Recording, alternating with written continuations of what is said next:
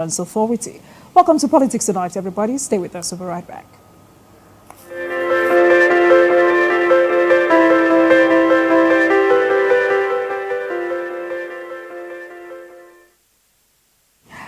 Welcome back. Thank you so much for staying with us. Now let's begin with some developments in the polity. President Bola Tinubu has signed the student loan bill into law. The bill passed by the National Assembly and transmitted for the President's assent is the Access to Higher Education Act and the 2024 Repeal and Reenactment Bill. This is after separate considerations by both the Senate and the House of Representatives Committee on Tertiary Institutions and TET Fund.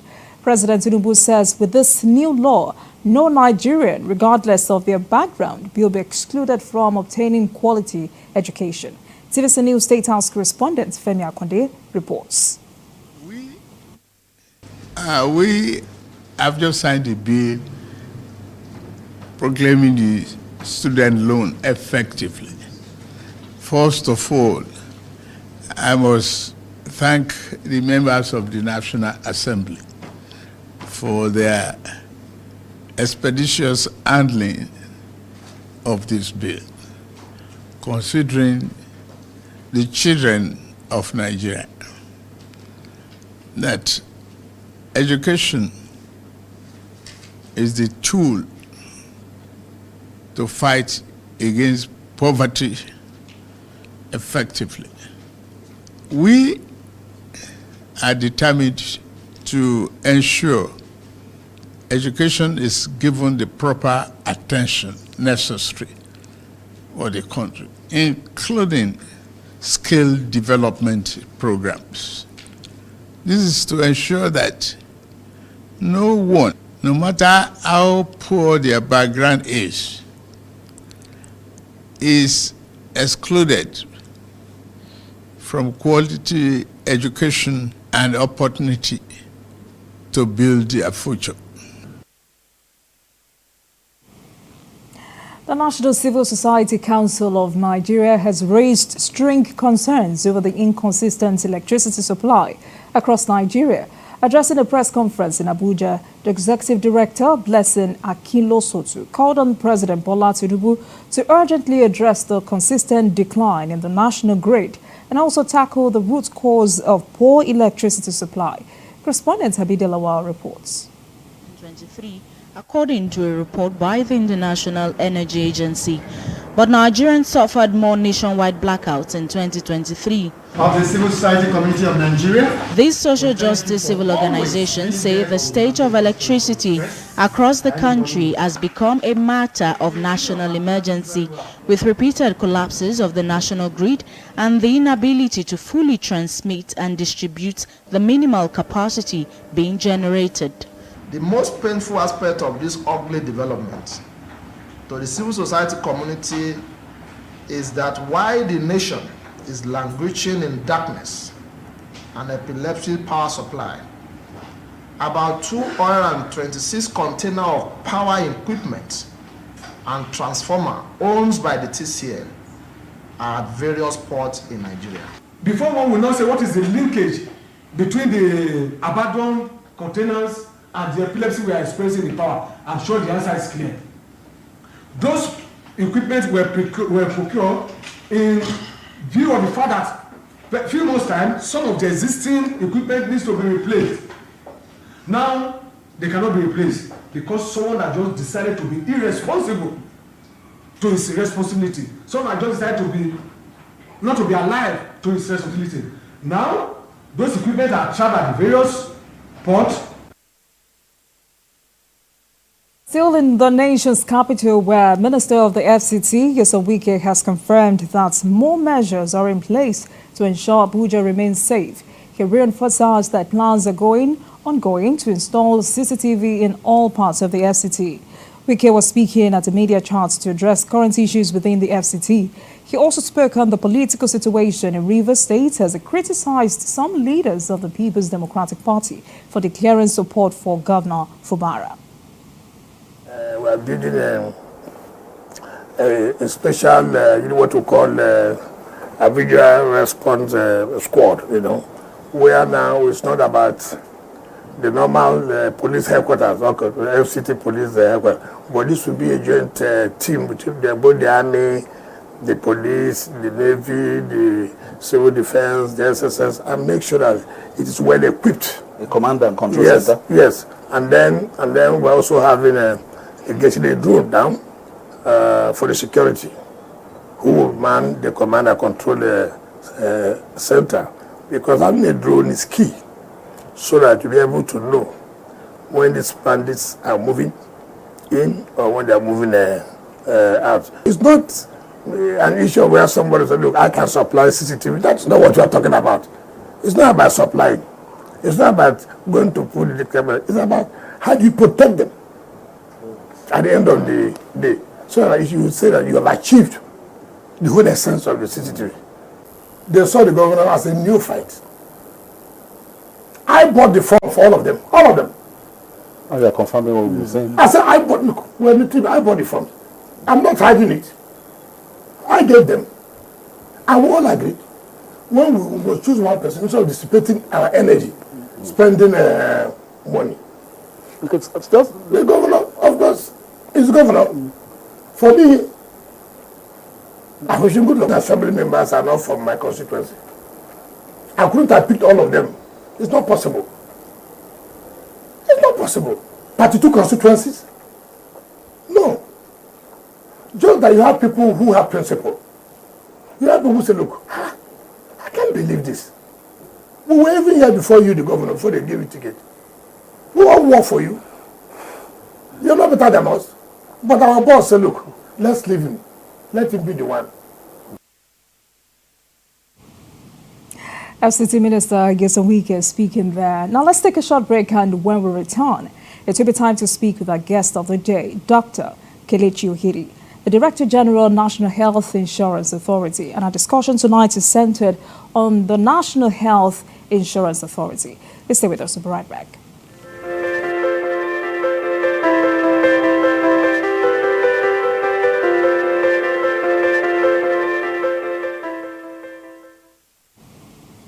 Welcome back, everyone. Tonight we're focused on healthcare access with specific attention on National Health Insurance Authority.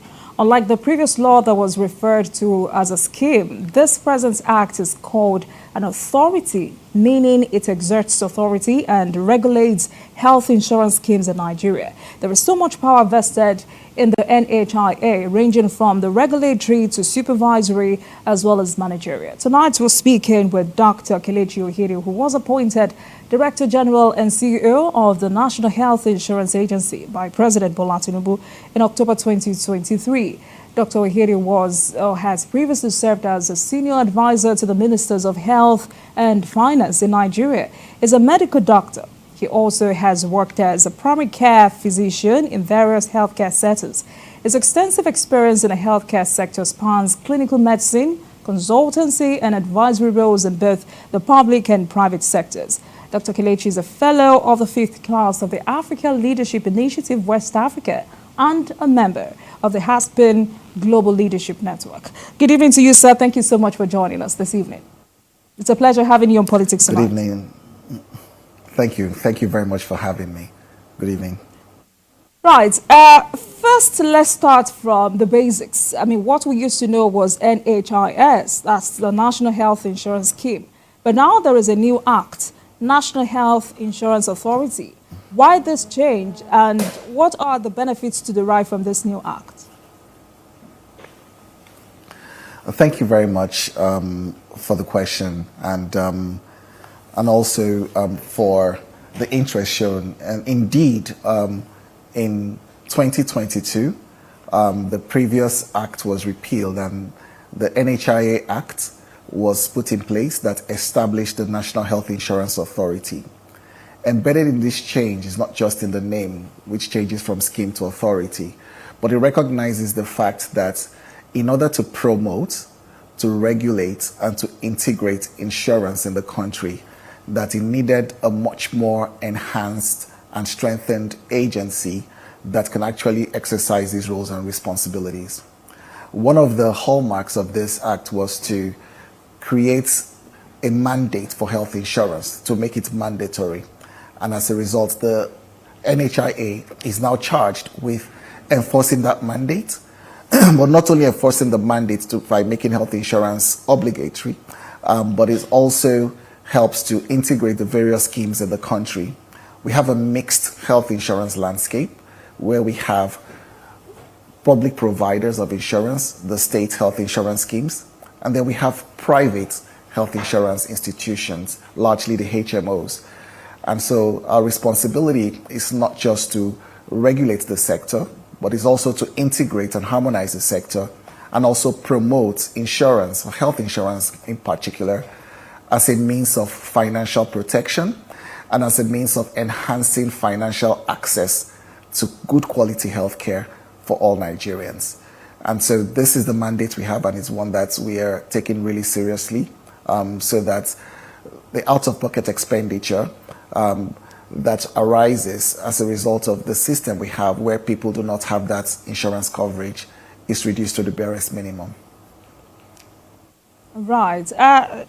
So it's a fact that coverage has remained below 10% since the inception of health insurance initiatives in this country.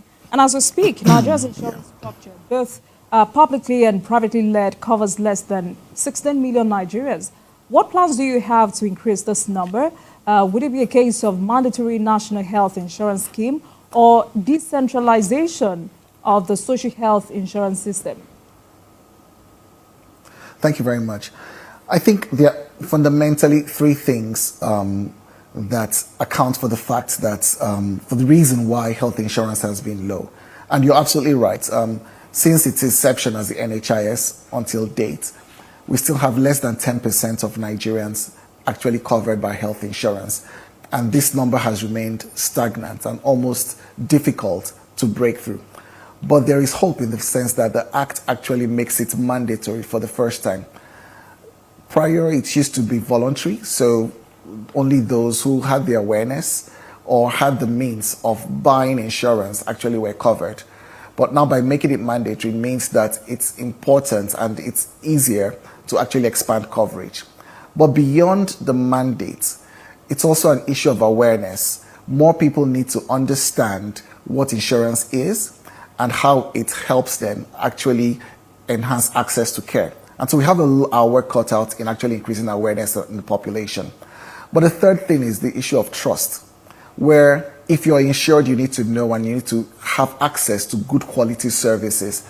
So we can't have a system where if you have some form of insurance and you go to seek care, then you don't have access to care, either because, the services are not available, or you have cases where people actually are denied access to care. So that trust needs to be built. So I think those three things need to be in place. On one hand, making it mandatory. Secondly, creating that awareness across the population. And then thirdly, ensuring that when people actually seek care, they actually get that care. So that's why we're working closely with other agencies that are responsible for what we call supply side, so the provision of those services, so that when you actually show up, that those services are available and that they are of good quality. All right, so let's take it from the rare, so that when people show up, they get the quality of what exactly they are looking for. It's been 25 years since the establishment of the National Health Insurance Scheme, and 19 years since it was officially launched and began operation. The target of the scheme was to achieve universal health coverage for Nigerians by the year 2015. Obviously, that didn't work. Now that we have the NHIA, what modalities are in this act that will ensure, one, accessibility, affordability, and quality healthcare for all Nigerians? Thank you very much. I think to answer your question, I think it's important to paint the bigger picture. One of the priorities of His Excellency Mr. President is universal healthcare coverage. That's why healthcare has been one of the priorities of this administration. This has been articulated by the Coordinating Minister for Health and Social Welfare through his Health Sector Renewal Investment Initiative that looks at a sector-wide approach to doing things, which means that we recognize the fact that all hands need to be on deck, and it's not just enough to have the supply side fixed. We also need to have the demand side fixed. And he has 4 pillars. One pillar is about governance, we need to create proper accountability structures. And this is not just governance, from government, but it's also ensuring that there is citizen accountability to ensure that people actually get the care when they need. And if for any reason care is being denied, that there are mechanisms to actually seek redress. The second thing is the investment in service delivery. And there are many entities that are involved in this at the subnational level with the states, but also the coordinating function of the National Primary Healthcare Development Agency. And as part of the targets for that agency, I will just not delve into that and allow the executive director speak at the opportune moment, is the service readiness, the rebuilding, and the ensuring that the primary healthcare centers in the country actually serve it, which means they have the right complement of commodities, of human resources, and actually the infrastructure to actually deliver these services. And thirdly, we have a pillar on the healthcare value chain. And Mr. President had appointed a national coordinator for the health sector value chain. And this is because we recognize the fact that the health sector is not just one that drains resources, but it's actually a productive sector, one that creates jobs, and one where we can actually unleash the innovation that exists in Nigeria through technology or through additional investments in the health sector. And that's also one where, when you look at the value chain, the payer value chain, where health insurance comes in, is one of the critical aspects of that. And then the last is health security, for obvious reasons. We've emerged in a world post-pandemic where we recognize the fact that where you need to build a health system, you need to ensure it is resilient enough to withstand the next onslaught by a pandemic or multiple recurring epidemics as we see. So what that means is that in the NHIA, we've articulated a four-pronged vision with an overarching aim of increasing financial access. So first, we focus on enrollment, which you mentioned has been stubbornly low ever since the inception of the health insurance scheme. And what we want to do there is first ensure that we enforce the mandate. If employers, for instance, have 5 or more employees, it is important that they ensure that they have health insurance coverage. Secondly, we want to ensure that we build trust in the system, which I've already spoken about. And then thirdly is that awareness creation that ensures that we go beyond the formal sector workers and beyond the government subsidies to actually ensure that those in the informal sector, the SMEs, are actually also reached with health insurance products that enable them actually buy into health insurance and actually get covered. The second pillar is the equity pillar, where we're saying that we don't want insurance coverage to be just for the rich. We want to ensure that the poor and the vulnerable are part of this. And that's why there is a vulnerable group fund that came with the act. And in this year, His Excellency Mr. President has put in a budget for covering vulnerable populations. These vulnerable populations include the indigent. Before we get to the vulnerable group fund, before we discuss that, what mechanisms are in place to ensure that even when services are denied, this is dealt with? Thank you very much for that question.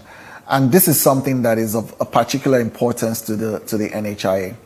First of all, if services should not be denied and people should not be denied care when they are covered by health insurance. Now, if such a thing occurs, our enforcement team in the NHIA stands ready, and there are numbers to call. We have a call center 24/7 with people ready to pick up and address that. If it means addressing the HMO, if it means calling the providers, etc.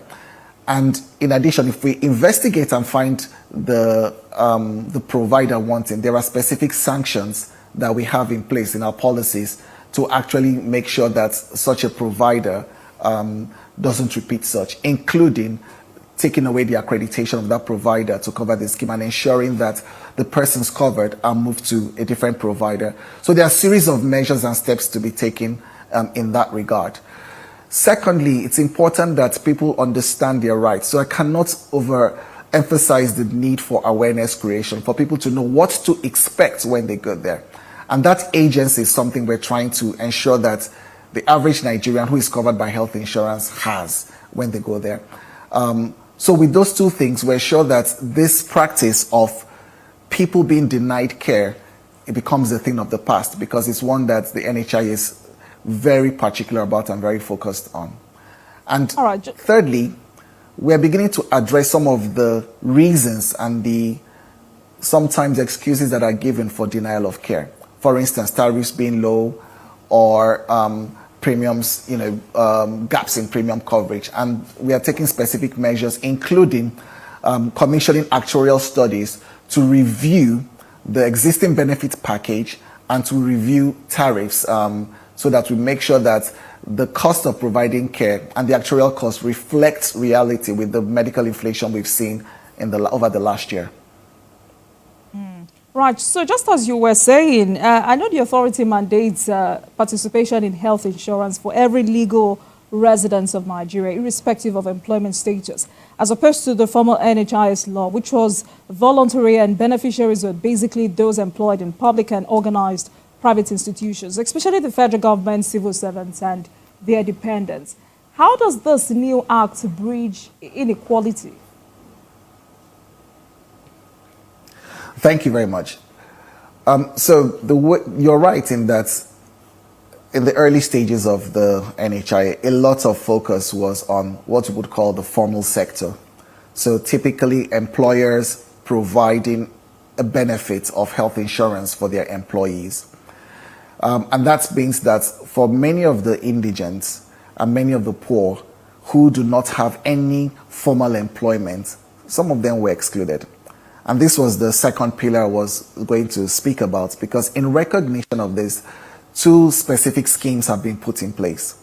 One is the Vulnerable Group Fund, which targets vulnerable populations, which include the indigent, but it also includes other people such as internally displaced persons. It also includes the disabled. It also includes prisoners and other groups that, by reason of different circumstances, have become more vulnerable. And it also includes sometimes pregnant women, because we have high rates of maternal mortality and morbidity in Nigeria. The second program is the Basic Healthcare Provision Fund, which has been, which was passed, I think, in 2014, and part of that is as part of the National Health Act. And what that does is that 1% of consolidated revenue goes into primary health care. Half of that, 50% approximately, goes towards providing health insurance for the poor and vulnerable. And recently, the latest tranche of those funds were transmitted or was approved by the Ministerial Oversight Committee and will be implemented at the state level by the state health insurance agencies to make sure that the poor, those in the social register, and those who they've identified through community targeting are covered, and that we can actually expand insurance to the poor so that it's not just the wealthy and the rich that are covered by insurance. So those are two very concrete mechanisms that we're using to ensure that the equity perspective is brought to bear and that the expansion of insurance is not just favoring those who are wealthy and those who have the means, but also the poor, the vulnerable, and other indigent populations in Nigeria. All right, Doctor, does this act also provide an avenue to receive feedback from enrollees as regards their experiences with healthcare providers, perhaps to report dissatisfaction with services? This is a critical part of what we're trying to do. And to do so, one, like I mentioned earlier, we have call centers that, take the feedback from people. Secondly, we're enlisting civil society to serve as, another layer of accountability, so that, if they observe any of these practices, they can also reach out to the NHIA in that regard. So measures have been in place, and we're actually stepping up these measures to ensure that this becomes a critical part. And the Honorable Coordinating Minister of Health and Social Welfare last week actually even provided a number, I don't have it on hand now, that's for the civil society, almost like a whistleblower number, so that if you see anything untoward that is happening, you can actually call that number directly and make your complaints. and it will be acted upon. All right, so as soon as you have the number, kindly get it across to us. Thank you. Now, talk to us about the establishment of the Vulnerable Group Fund. I learned the beneficiaries were or would be gathered from the social registers of each of the 36 states of the Federation. How do you arrive at the lowest of the low in our society, those who really need this fund? Thank you very much for that.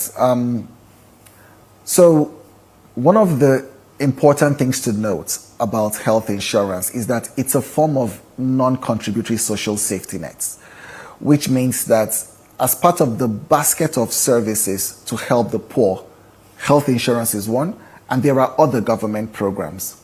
Some work had already been done through other programs to create social registers in states, which look at multidimensional nature of poverty and deprivation and ensure that households and families that fit that category are captured in the register. So the register is sort of the first line, but we're not limited to that. And that's because, like every database, it needs to be renewed, it needs to be validated continuously to make sure that those who are in it are actually eligible for the service being provided. So in many of these instances, we work very closely with our state counterparts, the state health insurance schemes, and we do a combination of a first cut at the social register, but more importantly, community targeting, because we know the communities. Communities know the most vulnerable amongst them. And that engagement with the community not only fosters accountability, but also ensures that real time we are identifying those most vulnerable within the particular villages and wards in Nigeria, and those are people that are brought in. A third layer of ensuring that we capture the right people is through the service delivery platforms, the primary healthcare centers, where we have families that may show up, can't afford the most basic of services, women who can't afford, to pay for deliveries that show for antenatal care, children who are being treated for malnutrition, as well as what is called zero-dose children, children who have never even had any immunization or the first dose of immunization, because that's an index of multiple deprivation. So there are very clear ways that have been engaged to ensure that those who benefit from these programs are actually those who need them the most. And it's not one that is subject easily to capture by those who are ineligible for them. All right, quickly, when will this program kick off, or has it kicked off already? It has kicked off already, and for the Basic Healthcare Provision Fund, that has been going on. We're currently at a stage where learning the lessons from the first phase of implementation, we are trying to redesign by ensuring that programmatic aspects, operational aspects, and fiduciary aspects are adapted to suit the current environment. And so last week, Thursday, was a moment where the Ministerial Oversight Committee actually approved funds. On Friday, I will be having a meeting with the chief executives of all the state health insurance agencies to actually look at implementation plans for this current phase of implementation, so that there is alignment, and in that way we are performing our role as not just a regulator, but also integrating the different schemes, so that there is some common foundation and alignment on how we approach that. And every state in Nigeria has passed laws to establish these state health insurance schemes all right, that will help Dr. drive this. Let's take a break. Let's take a break, and when we come back, we will continue this conversation. You're watching Politics Tonight. We'll take a break, and I'll be right back. Please stay with us.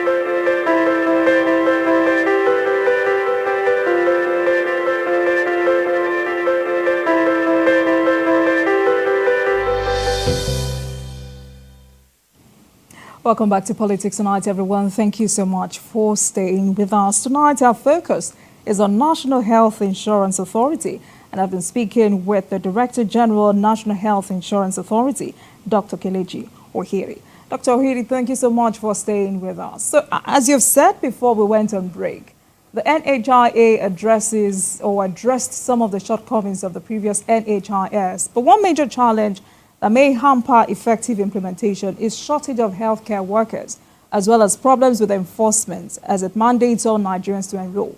Talk to us about how these constraints will be surmounted to ensure the Act accomplishes its aim.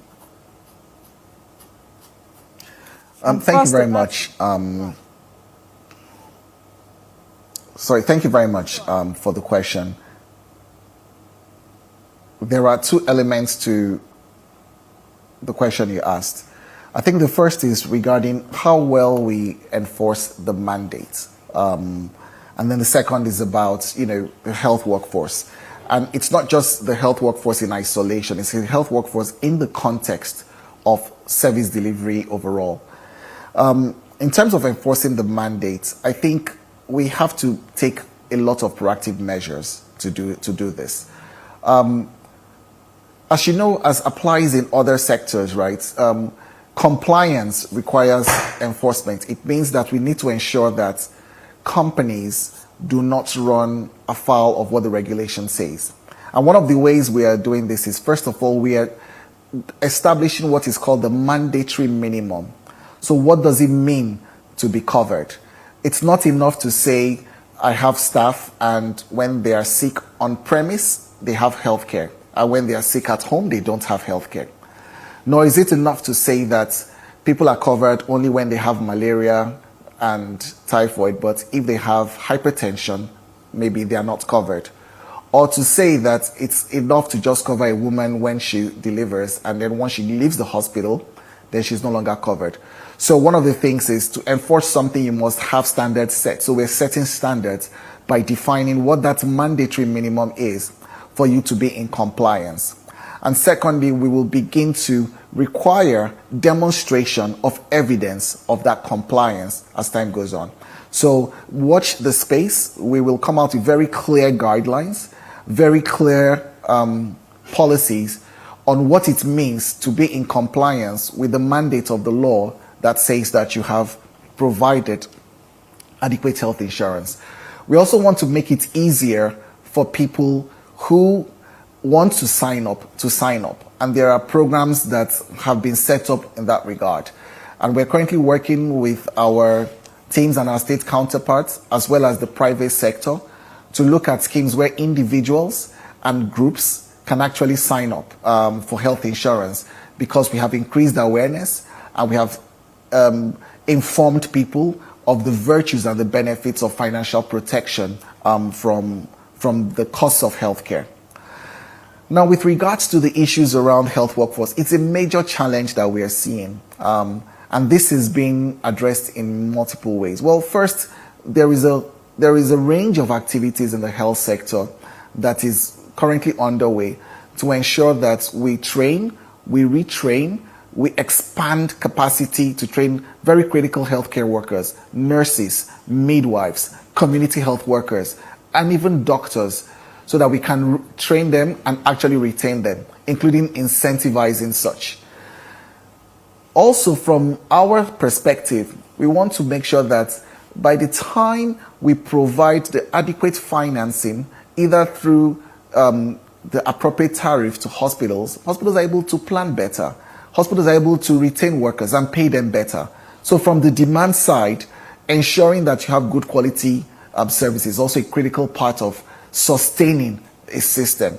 And like I mentioned, it's going to take multiple hands to be on deck, on both the supply side but also on the demand side. And I think a lot of activities have started and a lot of initiatives are underway to ensure that Nigerians have access to good quality healthcare that is provided by the right cadre of healthcare workers overall. Impressive. But Dr. Ohere, you and I know that a major setback to health insurance scheme in this country is poor financing. Is there a likelihood that government will inject more funds into the system? Is that a well-laid plan to pool resources? Yes, there is a likelihood that government is injecting. I think one of the things that we need to be proud of in Nigeria is the Basic Healthcare Provision Fund, right? And this is not just a one-off investment. It's an investment in perpetuity towards primary care, which is still one of the best buys in healthcare in general. And so ensuring that we have consistent and continuous funding makes sure that our primary healthcare centers are service ready and can provide the necessary set of services. And for the window that goes through the National Primary Healthcare Development Agency, some of that money goes into the health workforce. Some of it goes into ensuring that we have the right commodities, drugs, and consumables. And some of it goes into ensuring we have the right infrastructure. On the demand side, it's about building the platform for health insurance to cover the poor. But beyond that, the government also in the budget for 2024 put additional resources for the Vulnerable Group Fund. So these are additional resources that the government has put in place. Now, we're a population of 200 plus million people. So is there room for more financing? Absolutely, there's room for more financing. And what we're exploring now, what are the other innovative financing mechanisms we can use to mobilize additional fiscal space to healthcare. And then lastly, what I'll just say to your excellent question is it's important to have more money to address the issues, but it's also important to ensure we have more value for the resources that we have. And we have more value by being more efficient with the way we manage our resources. More value by ensuring that the things that we are actually addressing are those things that matter the most, those things that contribute to reducing mortality, particularly maternal mortality and child and under 5 mortality. So by being very targeted, by prioritizing what we call the best buys in global health, we're making sure that we're getting more value for the limited resources we get, while we continue to advocate for and continue to work at all levels to increase the mobilization of additional resources from the government to healthcare in Nigeria. So talking about looking out for more money, are you looking out for voluntary donors, or what exactly are your revenue generation methods? Thank you very much for that. If you look at the Basic Healthcare Fund and the Vulnerable Group Fund, it talks about funding from multiple sources. Of course, different funding sources have different characteristics. The best being the one that is sustainable over time. But nonetheless, we're looking at fiscal space enhancing measures. So there are many options on the table, including voluntary contributions from development partners, from the private sector, from charitable organizations. Yes, that goes, a long way to helping alleviate some of the fiscal challenges. But that's not enough. We need to look at other countries have tried many things. Some countries have put in place things like sin taxes. Some countries have taken part of VAT to finance health insurance. But these conversations cannot be had in isolation. They need to be discussed within the framework of fiscal policy with the Ministry of Finance to look at the need to expand fiscal space for health as an investment in human capital development overall. And these conversations are being had by the Coordinating Minister of Health and Social Welfare and the Minister of Finance when we look at the Human Capital Development Program and when we look at the case for additional budgetary allocations to health and also other innovative financing mechanisms that we can channel towards healthcare. So a lot of options are on the table, and the intention is to work all options to see in the context of our macroeconomic realities and macro fiscal challenges what option we want to look at. But I would just tie that back as well to the efficiency conversation, because efficiency of spend is actually one of the more frequently overlooked abilities to generate more fiscal space to invest in health.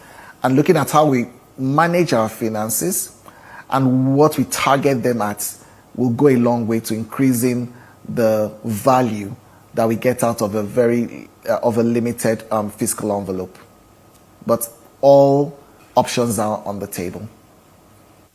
All right. I mean, I asked that question because I know for a fact that implementing a mandatory health insurance scheme for all Nigerians will require a lot of resources to carry out its activities, such as awareness creation and education. So, Doctor, how much advocacy has gone into making sure Nigerians know the importance of this? You would agree with me that widespread continuous publicity of this NHIA is necessary.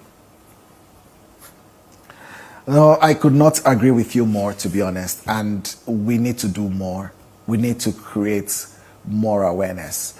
And people need to understand not just about NHIA, but about understanding their options for financial protection. We have a situation where a lot of people, roughly 70% of people, pay out of pocket for healthcare. Some of them may walk to a pharmacy and buy a drug. And in some cases, they're actually spending much more than what a premium contribution to a health insurance program would have been. And had it been that they paid into and subscribed to a health insurance package, they would have that index illness or ailment as well as others covered. So there's a reorientation that is needed. There's an education that is needed. And also there's more awareness that must be created so that people are aware. There's a cultural element about how we construe or view insurance that also needs to change. And part of this, as you mentioned, is one of the things we need to do. And I think our work is cut out for us, but not just the NHIA, but all stakeholders involved in health insurance, but also involved in financial protection and access to healthcare. If Nigeria is to get to universal healthcare coverage, it means that not only should the NHIA do this, but also all of us as a collective need to continue to advocate, and we need to continue to educate and inform all Nigerians about a better way for financial protection from what could be catastrophic costs of healthcare. Yeah, so Doctor, I wanted to know how you intend to educate and inform them. Thank you. Are you partnering with media organizations, CSO, what have you? Oh yes, I mean, we are fortunate to have a lot of non-governmental organizations, civil society organizations that have been on this journey from inception. There was a landmark universal healthcare coverage conference in 2014 that was a precursor to the National Health Act. So we are literally standing on shoulders of lots of advocates who have, over the years, been advocating for universal health coverage. And we will continue to partner with them to ensure that information is spread. We'll partner with the media as well, because the media has a pivotal role in ensuring that Nigerians are educated about this, that there is enlightenment about this, and that, we continue to create this awareness for people. And so civil society, the media, all insurers, public and private, whether it's HMOs or government-run, state government-run schemes, are people we will partner with to ensure this. In addition, we have lots of NGOs and development partners that are particularly exercised by this, and we see them as allies in this journey to continue to educate people. This is not to absolve the NHI of its as being primarily responsible to promote health insurance, and that's one of the things that the Act has mandated us to do. And we will continue through advocacy, through engaging with the media, through working with all the providers, to enforcing the mandates where required to ensure that we use all the tools at our disposal to get the word out and to also get people to comply with this. All right, so let's quickly talk about improving and harnessing private sector participation in the provision of healthcare services. Another concern with this group is that they usually have this a lower willingness to participate because of the unpleasant experiences that have been encountered by those who ventured into the previous scheme, particularly in the aspect of receiving payment from HMOs. How do you intend to address this? Thank you very much. You're right in the sense that experience has sometimes been mixed. And if we look at the model that we speak about, you have private providers, you have HMOs as, sometimes strategic purchasers of care. And oftentimes it's a dance between trying to contain and manage costs and also while ensuring that the quality of care for the patients is not compromised upon. And one of the things that we've done, and I think I mentioned earlier, our enforcement team does, is that whenever these issues arise, it is one that we take seriously, and in many cases we arbitrate and we intervene and we investigate to see what the issues are. Where the case is that the HMO is not is at fault, we take necessary actions, and in some cases it might be the provider, and in some cases it's the macro situation that requires a review of many things. For instance, we know that medical inflation over the last couple of months and a year has actually, gone higher than expected and actually outstrips, inflation. And so one of the things we have put in place there is to actually go back and do actuarial analysis and costings to understand what are the true actuarial costs of providing the same minimum basic package of services. In doing so, as a regulator, we can determine what the appropriate cost of services would be, what the appropriate premium or what the appropriate tariffs are, and that makes it easier to enforce. It might mean an upward revision of tariffs, and in that case, some of these issues that are as a result of just rising costs for the same benefit package will be addressed. In other instances where it is where care is being denied or there are issues between the different parties, we will continue to investigate and continue to make sure that the patient and the customer, the person, doesn't suffer. And that for us is redesigning the way we work to make sure that the enrollee is the center of what we do. And so, and under every circumstance, we want to make sure that that is protected. Sorry, right, go ahead. Let's now turn to benefits and bonuses for healthcare workers. What welfare packages are available for healthcare workers and other human resources that are willing to work in remote and rural areas, as well as ensuring the provision of basic infrastructural facilities in these areas? Thank you for that question. I mean, I think my colleagues who are running primary healthcare agencies will probably be in a stronger position to address this, but I'll just add 1 or 2 points. I think we have realized that retention is a critical issue. And one of the ways that under the BHCP, for instance, we're looking at it is looking at performance-based incentives and financing through what is called the direct facility financing, where those particularly in hard-to-reach areas, when they meet certain performance targets, have additional resources allocated to them.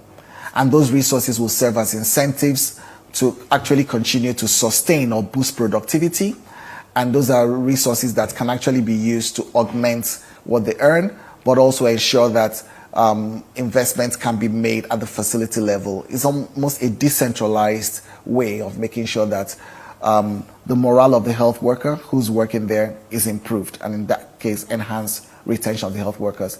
So that has been articulated by the MPHCDA, and is one that we are buying into, because, for instance, in such facilities that provide such services, we are ensuring that we partner with MPHCDA to accredit facilities that are of good quality and provide those services. So if you're receiving funds through capitation for enrollees who go there, and you're receiving additional incentives for providing and meeting certain service indicator targets, then there are financial incentives that will encourage you to continue to deliver.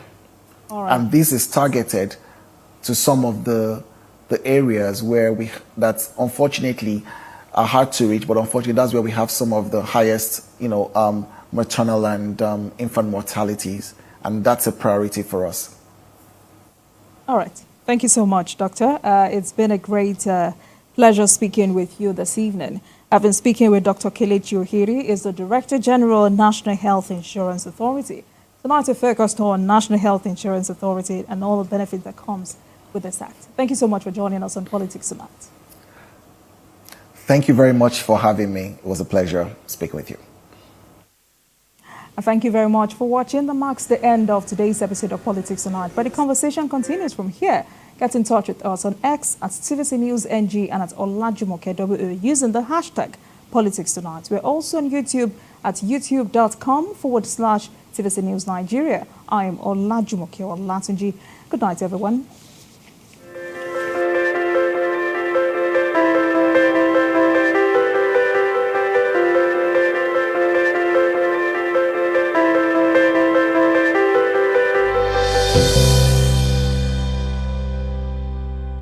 Happy sachets. It has a thick formula, so all you need is just one sachet for your toilet bowl. It gives 10 times better cleaning and big savings too. Wow, Helen! Sparkling clean toilet with Happy sachet. 5 questions with Ini. Hi guys. Ini, your skin is really glowing. What beauty soap do you use? It's glowing because it's healthy. I use a soap that keeps my skin soft and protected from germs. But Ini, the beauty soaps I know don't give germ protection. Dettol skincare does. It combines Dettol's protection with argan oil to protect my skin. Gives me 2 times moisturization with a beautiful fragrance. Beautiful skin is germ-free skin. Get in on the action with Betano, your exciting destination for sports betting. Enjoy an award-winning experience with amazing betting options, cash outs and missions, as well as other features. Join now and get a welcome bonus of up to 200,000 Naira. Betano.ng, the game starts now. Ramadan, the 9th month in Islamic calendar, is here again. This is a wonderful time to learn more about Islam and give to the cause of Allah. It's also a time when extra emphasis is on charity and good neighborliness. From the first day to the last day of Ramadan, join us on TVC from 3 to 6 a.m. every day for Ramadan Kareem, recitation of verses in the Quran, tafsir by great Islamic scholars. Ask the Sheikh for clarity on Ramadan and Islam. What's more, you can learn and win great prizes on the Ramadan quiz segment, all spiced up with soul-stirring nasheed. Asking for a sign from you, 'cause I'm so broke inside. Ramadan Kareem on TVC from 3 a.m. to 6 a.m. every day in Ramadan. To participate, call or visit our marketing department, TVC Communications Limited, 1 Continental Way, off CMD Road, Ikosi K2, Lagos. Telephone 0708 066 8003 or 0708 066 8004. You can also log on to www